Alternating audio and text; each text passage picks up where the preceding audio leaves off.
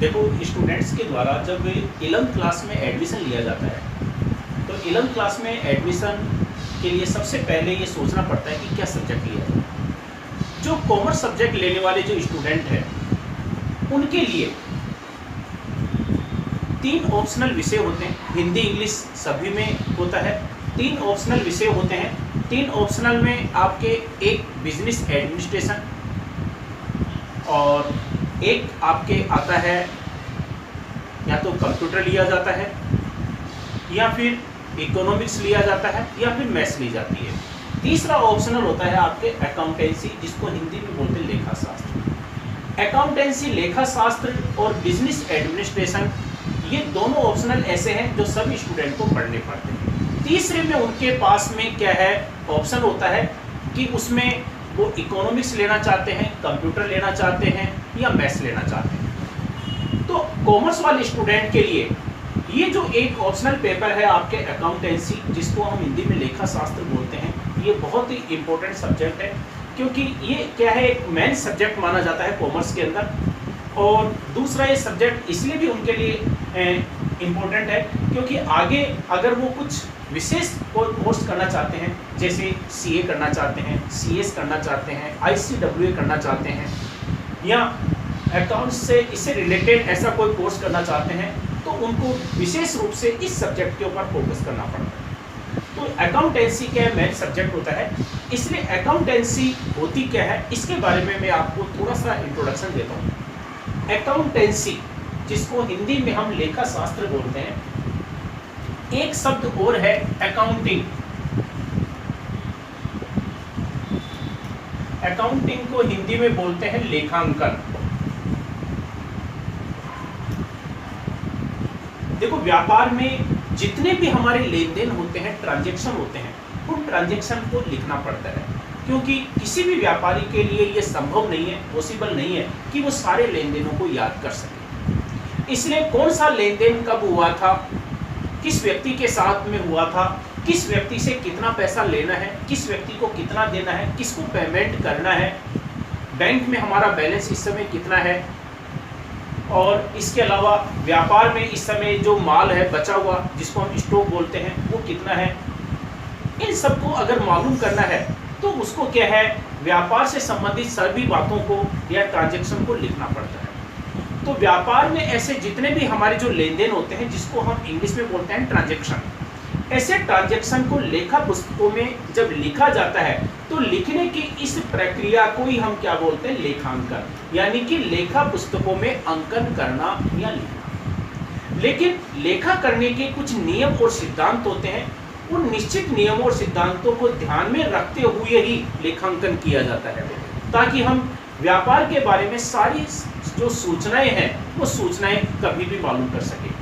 तो लेखा शास्त्र ही एक ऐसी पुस्तक है जिसमें वो नियम या सिद्धांत होते हैं। इसकी सहायता से या इसके नियमों और सिद्धांतों को ध्यान में रखते हुए हम लेखा पुस्तकें तैयार करते हैं और तैयार करके हम व्यापार के बारे में संपूर्ण जानकारी हासिल करते हैं। लेखा पुस्तकों को लिखने से केवल व्यापारी को इतना ही मालूम नहीं चलता है कि व्यापार में उसके कौन से लेन देन हुए हैं, बल्कि उसको ये भी मालूम चलता है कि उसका व्यापार किस पोजीशन में, क्योंकि प्रत्येक व्यापारी ये जानना चाहता है कि जिस व्यापार का संचालन उसके द्वारा किया जा रहा है वो व्यापार किस स्थिति में है, उसकी आर्थिक स्थिति कैसी है और आने वाले समय में क्या रहने की संभावना है।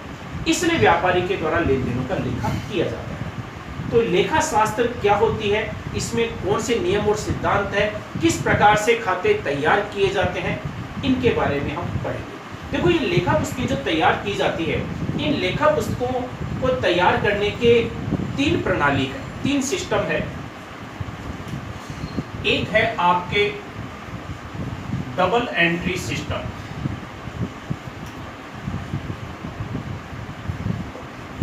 इसको हम बोलते हैं दोहरा लेखा प्रणाली।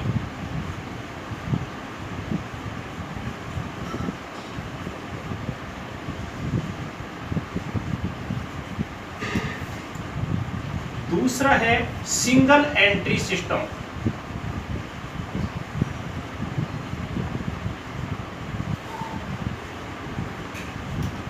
इसको बोलते हैं इकहरा लेखा प्रणाली।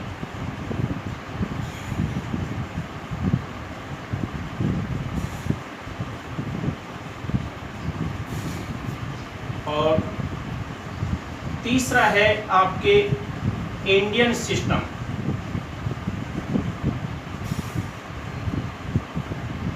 जिसको बोलते हैं महाजनी पद्धति।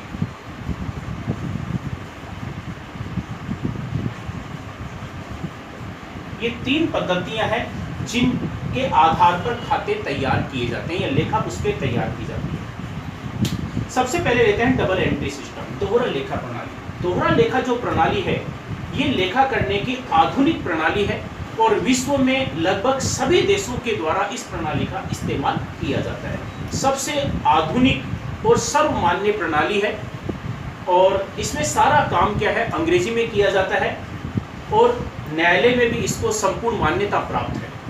इसलिए बड़ी बड़ी व्यापारिक संस्थाओं के द्वारा, बैंकों के द्वारा, कंपनियों के द्वारा, इंश्योरेंस कंपनियां हैं और कुछ है, इन सभी के द्वारा डबल एंट्री सिस्टम का इस्तेमाल किया जाता है। दूसरा है सिंगल एंट्री सिस्टम, इकहरा लेखा प्रणाली। इकहरा लेखा प्रणाली अपने आप में कोई प्रणाली नहीं है, लेकिन इस प्रणाली का इस्तेमाल बहुत छोटे जो व्यापारी होते हैं उनके द्वारा किया जाता है, क्योंकि उनकी आर्थिक स्थिति ऐसी नहीं होती है कि वो संपूर्ण खाते तैयार कर सके। इसलिए वो क्या करते हैं, इस पद्धति का इस्तेमाल करते हैं। लेकिन ये पद्धति ऐसी है जिसको मान्यता प्राप्त नहीं है, ये केवल अपनी सुविधा के अनुसार तैयार की जाती है, इसलिए छोटे व्यापारी ही केवल इसका इस्तेमाल करते हैं। लेकिन इस प्रणाली से व्यापार के बारे में संपूर्ण जानकारी हासिल नहीं हो पाती है। तीसरी है आपके इंडियन सिस्टम, जिसको हम महाजनी पद्धति भी बोलते हैं, क्योंकि ये प्रणाली केवल भारत में ही प्रचलित है, भारत के अलावा और कहीं पर प्रचलित नहीं है, इसलिए इसको इंडियन सिस्टम भी बोलते हैं, महाजनी पद्धति। इसमें क्या है, जो लेखा पुस्तकें रखी जाती है उनको हम बही बोलते हैं। लाल रंग की बही होती है, अगर आपने दुकानों पर देखा होगा तो लाल रंग की बहियाँ होती है, सिलाई की हुई होती है और मुड़ी हुई होती है, धागे से बंधी हुई। अंदर जो कागज होता है या तो हल्के पीले रंग का होता है या सफ़ेद कलर का होता है। इसमें सारा काम क्या है, हिंदी में किया जाता है। वैसे तो इस पद्धति को भी मान्यता प्राप्त है, लेकिन इस पद्धति का इस्तेमाल भी छोटे व्यापारी है उन्हीं के द्वारा किया जाता है। विशेष रूप से भारत में इस पद्धति का इस्तेमाल किया जाता है और पद्धति, इसके नियम सिद्धांत है वो भी बहुत आसान है। लेकिन हम जो पढ़ेंगे वो पढ़ेंगे डबल एंट्री सिस्टम के बारे में। हाँ, तो ये डबल एंट्री सिस्टम है, ये क्या है? डबल एंट्री सिस्टम, जिसको हिंदी में हम दोहरा लेखा प्रणाली बोलते हैं, इसमें जो लेखा पुस्तकें रखी जाती है, रजिस्टर होते हैं और इसमें सारे जो फॉर्मेट होते हैं बने हुए होते हैं। सारा काम इसमें अंग्रेजी में किया जाता है।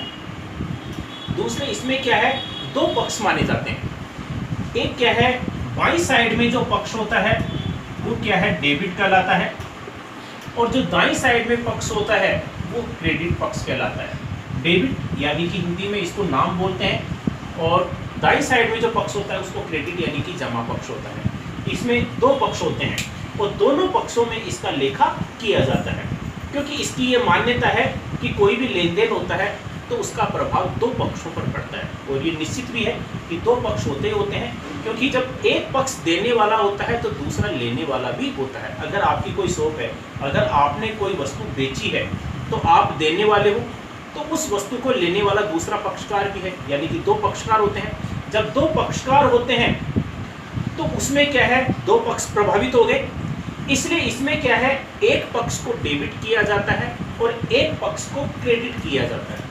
डेबिट यानी कि नाम और क्रेडिट का मतलब जमा। चूंकि इसमें सारा काम अंग्रेजी में किया जाता है, इसलिए इस प्रणाली का इस्तेमाल केवल बड़ी संस्थाओं के द्वारा किया जाता है। जितने भी हमारे बैंक है, जितने भी कंपनीज है, सभी कंपनियां वो इसी प्रणाली का इस्तेमाल करती है। चूंकि उनकी आर्थिक स्थिति इतनी सुदृढ़ होती है कि वो इसके लिए अपने पास अकाउंटेंट, लेखापाल रखते हैं, उनके पास सीए होते हैं, इसलिए वो इस प्रणाली का इस्तेमाल कर सकते हैं। इसलिए अधिकतर बड़ी संस्थाएं इस पद्धति का इस्तेमाल करती है और संपूर्ण विश्व में इसको मान्यता प्राप्त है। और हम जो पढ़ेंगे वो डबल एंट्री सिस्टम के बारे में ही पढ़ेंगे। तो डबल एंट्री सिस्टम है, ये क्या होती है, ये डेबिट और क्रेडिट में, इसमें किसको हम डेबिट करते हैं, किसको क्रेडिट करते हैं, लेन देनों का लेखा कैसे किया जाता है, लाभ हानि जो है कैसे ज्ञात की जाती है, इसके बारे में हम पढ़ेंगे आगे।